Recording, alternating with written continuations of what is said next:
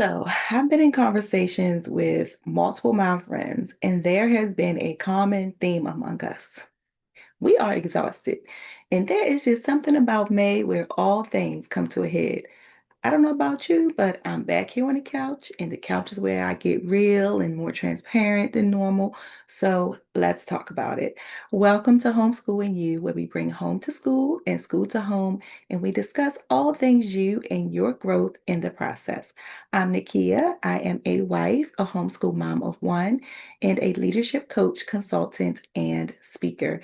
And whether you homeschool or send your kids to traditional school or anything in between, May can be a very full month with like end of the year activities, graduation, promotion services, of course, Mother's Day, which we love, etc. Oh, don't forget the Teachers Appreciation Weeks, field trips.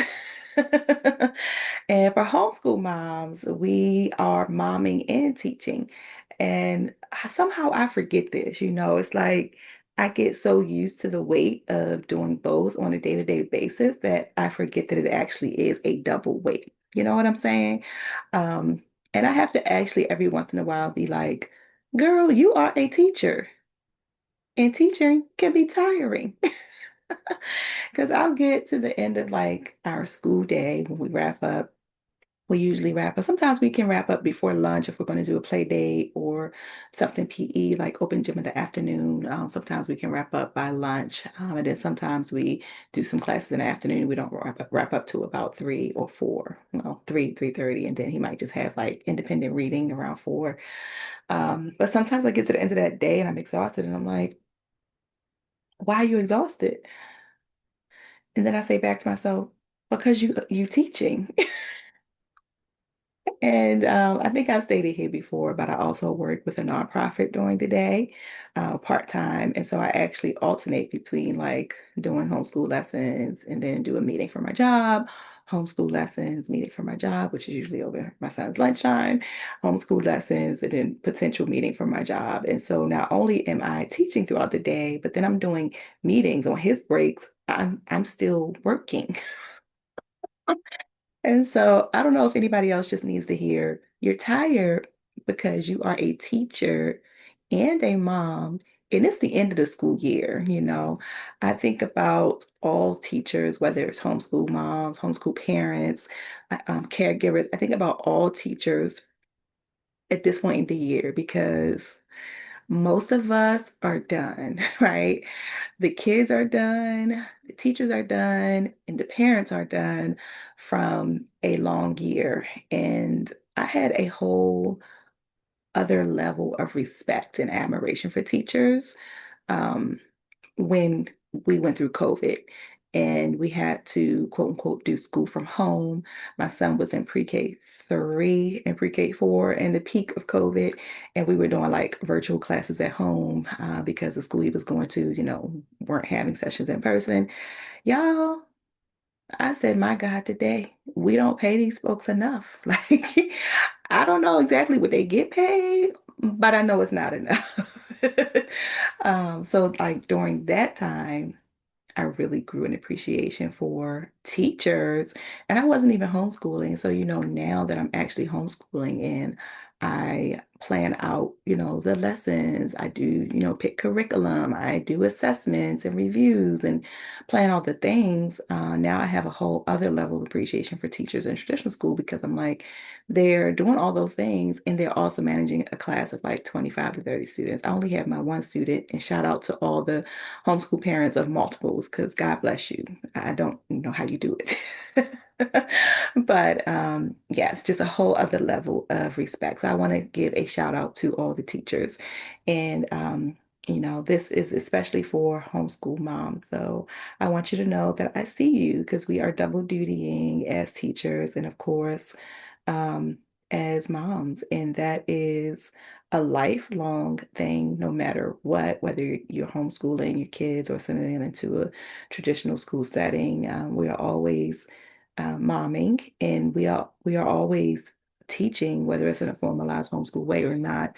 We're always pouring into our kids, but it is something different when you're like the primary teacher for your child, and planning curriculum and doing all the things. And so I wanted to just pop in to say, I see you. If you are exhausted this time of the year, don't feel no guilt, no shame about it. And I mean, my mom friends that I've been talking to, I'm talking to homeschool mom friends, and I'm talking about moms who send their kids to school. We all tired. We are all tired, y'all. What are we doing right now? We are wrapping up the current year, homeschool moms. We are wrapping up the current year. We are planning for the next year, which is why I posted videos about like how to plan out your year next year, how to think about planning your year, how to start with vision and goal setting and all that. Because there's a lot of homeschool parents that are actually buying curriculum and like planning for next year right now. We are planning for the summer. So this needs to be a whole nother video, but what do y'all do for the summer? I remember when I first started homeschooling my son last year, which was just last year. This is only year two for us. We got to the summer. We dragged ourselves to the end of last year because it's such a high learning curve. Well, at least it was for me when we started homeschooling. That I mean, I thought we would go to mid-June and come Memorial Day weekend. I was done. Like I knew we weren't going to make it past June 1st because I needed a break. Because I needed a break. But then I got to, June and I was like, oh, well, what do we do now? Because like he was with me all year. So like I think when you send your child to school, when you send your child to traditional school, summertime is the time you think, oh, let's create some family memories, let's go on vacation, let's do this. But when your child is with you all year round, it's like I had to figure out what kind of a difference the summer break makes and like how will the summer break function for me. But y'all, I sort of did the same thing this year. Like I was on top of ending this year well, and I'll give some pointers on that. I was on top of planning for next year because did not have the mental capacity at the end of my first year to think about next year at that point. I didn't have mental capacity. So I was really glad that I was able to grow my capacity to both end the year and plan for next year right now, like pretty much March to May, I was doing that. Um, but y'all, probably like last week, I was like, off and on, I had been looking for summer camps for my son. But last week, I was like, dang, summer is here. I need like a plan. I need a plan. So I had some ideas floating around. I was looking for like a STEM-related camp for him. Looked at like the movie days, the pool days, and me and some of the other mom homeschool friends, we were, exchanging ideas and stuff. But I don't have an actual plan in place, which I really like to have. Afloat for the summer. So the one plan I did have in place was academically that we would do summer learning, but I had to figure out like all the fun activities and stuff. So your girl still needs to do that. But that just goes to show you those are all the things that we're thinking about at this time of year as homeschool moms or homeschool parents. We're thinking about wrapping up the year well, planning for the next year, and then what are we going to do for summer, like summer vacation, summer camps. Some folks do all year round schooling, so they're still thinking about schooling for the summer. And that is on top of the day to day, what psychiatrists and, thought leaders in social work have been labeling as the invisible load or invisible workload. Um, all the things I just mentioned is on top of the day to day. Like I have a friend that every single time we see each other, right before we leave our play dates, we're like, girl, what you making for dinner? Because we don't always know what we making for dinner. And we wrap up our play dates around 3, 4.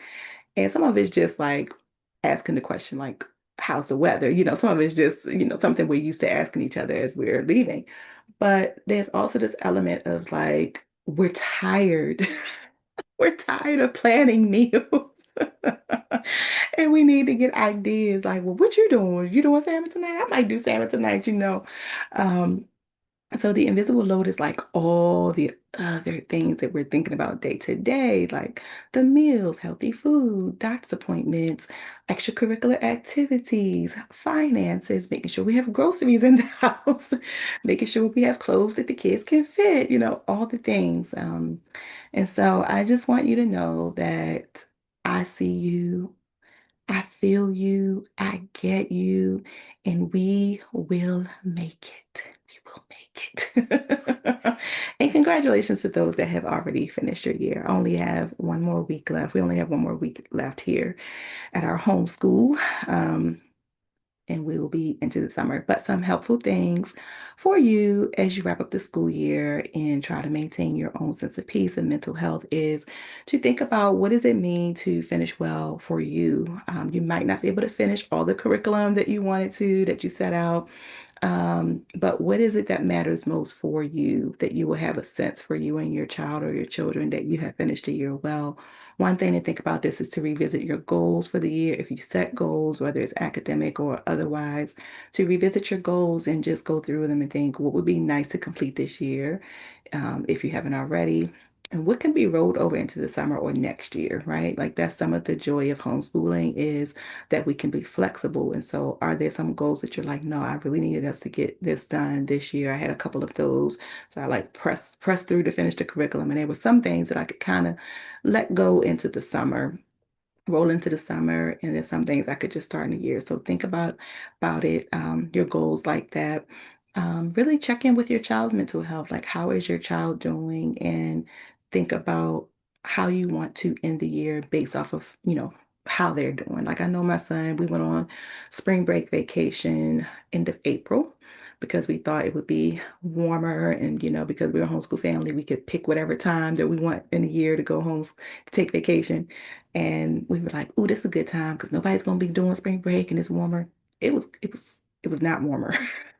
Just because it was later in the year, it was not warmer.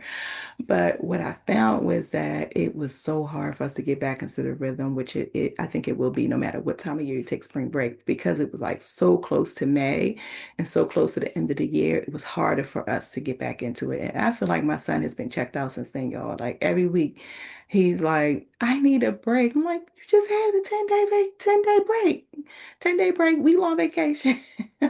But he needs a longer break, and I get it. I get it. And so honestly, I feel like he checked out right after vacation, end of April. And so these last few weeks, I have been adjusting things like we haven't had a full schedule the last 2 weeks. I've been like slowly finishing certain subjects so that by the time we get to this week, all that we're doing is math and language arts and science is dinosaurs. So he doesn't, that's like fun stuff for him. But I kind of like, we closed out history. I've been like slowly closing out certain subjects so that it's not full days. It hasn't been full days for like the last 2 to 3 weeks. And I've been trying to be more intentional about doing play dates and helping him meet up with his friends, to kind of meet him where he's at to help us both finish the year well. So check in on your child's mental health as a way to um, think about how to finish well. And then think about what it is that you need to finish the year well. Think about what that would look like for you. And one of the things that I really needed over the last couple of weeks was just like high connection to other moms. And so I'm really big with like leaving voice notes for my friends. I don't know if y'all are into that, but we leave voice notes for each other. And that way we could just listen to it when we can and leave it when we can. And when I have the energy, I have been dropping those voice notes to the moms and just letting them know how I'm really doing, like having a space to really honestly say, it's been a struggle, or this has been hard, or girl, I'm tired, or can you do a play date? Can you meet up? Um, and I've needed those higher points of connection to check in with them. Like it was really funny. I left a voice note for one of my friends. It was like, I'm just calling to check in on you because she had like a lot of things to close out the school year. I think she closed out maybe 1 or 2 weeks ago. A lot of things to close out for her part-time work. We work with the same nonprofit. And then she had in-laws coming in town. And so it was a busy, busy couple of weeks. And I had been praying for her. And I started the voice note saying, "Girl, hey, I'm just calling to check in on you." Y'all, by the time I finished that voice note, which was about 10 minutes long, I was letting her know how I was doing. I was like, "Girl, yeah, and then this happened, and I had this doctor's appointment." And I was like, I was supposed to be checking in on you, but I'm actually leaving a check-in on me for you so that you know how I'm doing. And thankfully, she was so gracious. She responded back and was like, I'm so glad to hear your voice. I was so glad to hear your check-in and like how you're doing. And then she, shared with me how she was doing too. So if you need like more support, definitely build that in. And I also, for my son and for me, was more intentional about getting in-person play dates in the last couple of weeks to just stay sane. Stay sane, keep it light, keep it fun, and end the year well and on a good note. And I also would like you to just extend grace to yourself, accept where you are. If you're tired, it's okay. It's okay. You're at the end of the year. It makes sense that you're tired. It is, I would dare I say, it's even normal to be tired at this point in the year. Give what you can and don't be apologetic about it. Accept where you are and make any adjustments you have to make based off of your son and your children and go from there. And then lastly, light at the end of the tunnel, my invitation to you is to think about what will you do for yourself when you wrap up the school year and give yourself something to look forward to. I have started doing an appreciation thing for myself as a teacher. Waiting for my husband to jump on the bandwagon.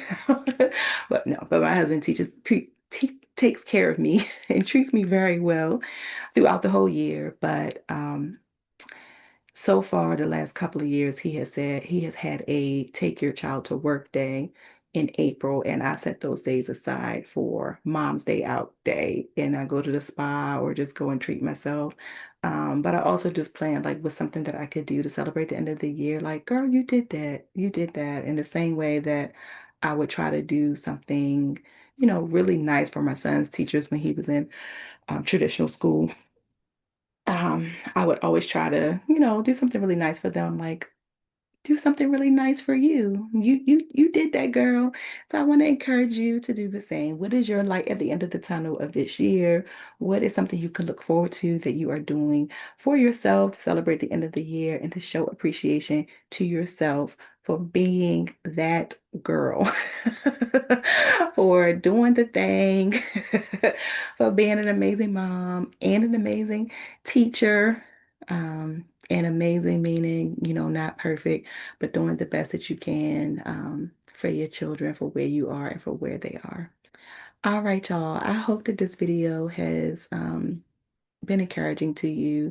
Leave in the comments and let me know how you are doing at this point in May. How are you doing wrapping up the year? And if you have any pointers on how to wrap the year up well or what that means for you, please do like, subscribe, share with a friend, and I'll see you next video.